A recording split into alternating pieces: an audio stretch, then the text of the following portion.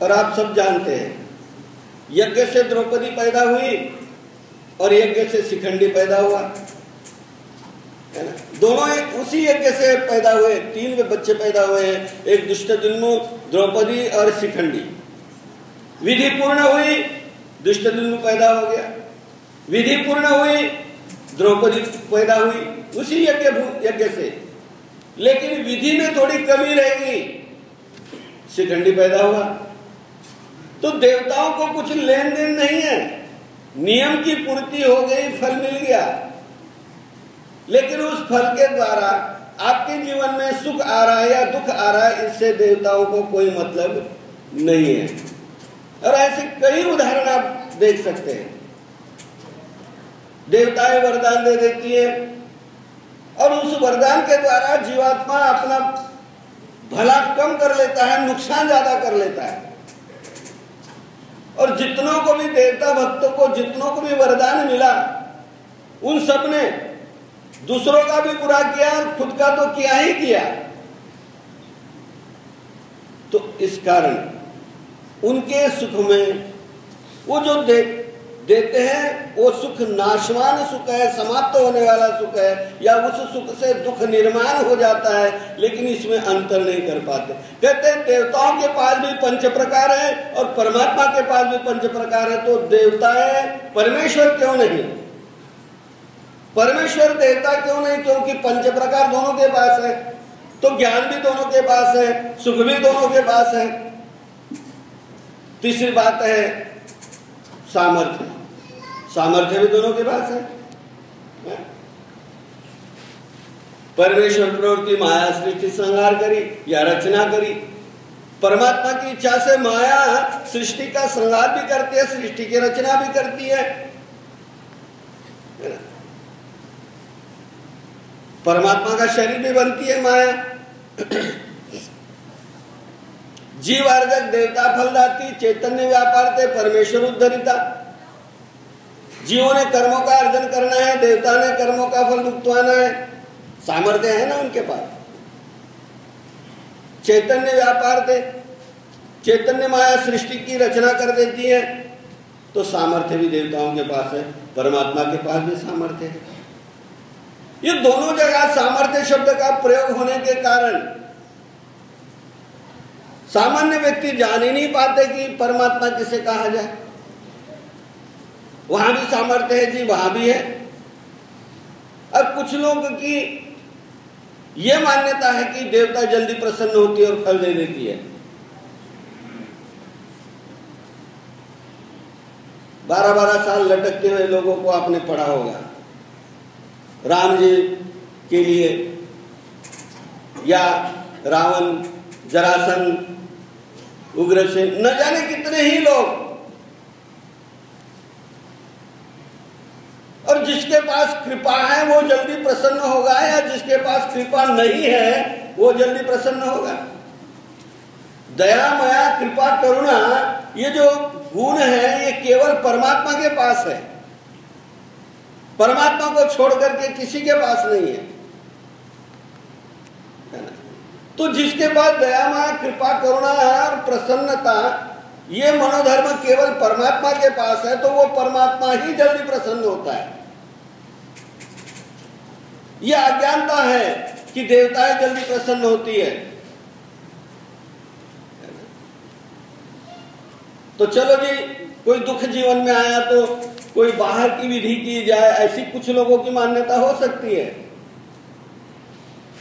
कि इस तरह की कोई विधि बाहर की जाए तो चलो इस संकट से, इस दुख से हम मुक्त हो जाए, ये मान्यता हो सकती है। लेकिन ये गलत है, क्योंकि देवताओं के पास ये 4 गुण नहीं है जिसके कारण वो आपकी मान्यता को पूरी कर सके। दया देवताओं के पास नहीं है, माया यानी मातृत्व भाव, जीवात्मा के प्रति मां और पुत्र का जो संबंध है, जो अंतर्गत जो भाव है, वो भाव उसे कहते हैं मातृत्व भाव। वो केवल परमात्मा के पास है, देवताओं के पास नहीं है। और देवताएं जब तक पुकारा नहीं जाता तब तक देवता सहायता के लिए नहीं आ पाती। और परमात्मा का ऐसा है, तुम पुकारो न पुकारो, तुम शरणागत हो गए हैं, उसको अब तुमने अपना लिया है, वो अपने आप तुम्हारे सुख दुख में सम्मिलित हो जाता है बिना बुलाए। बुलाने के बाद भी परमात्मा तुम्हारे सुख दुख में सम्मिलित होता है, अनबुलाए भी।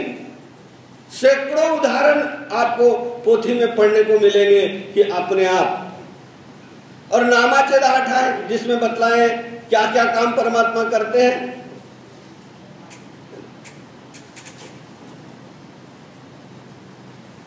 तो देवताओं के पास भी सामर्थ्य है, परमात्मा के पास भी है। तो वहां पर जो सामर्थ्य है वो न्यून है, वो कमजोर है, कम है। तो ये समझना कि चलो भी कोई दिक्कत आ गई तो चलो कहीं दाएं बाएं जाए और वो जल्दी सहायता करेगी, ऐसा नहीं है। सहायता तो परमात्मा के द्वारा ही होती है और जल्दी परमात्मा ही प्रसन्न होते हैं, क्योंकि परमात्मा आपके आंतरिकता को ग्रहण करते हैं। देवताएं बाह्यता को ग्रहण करती है। बाह्यता का मतलब विधियां।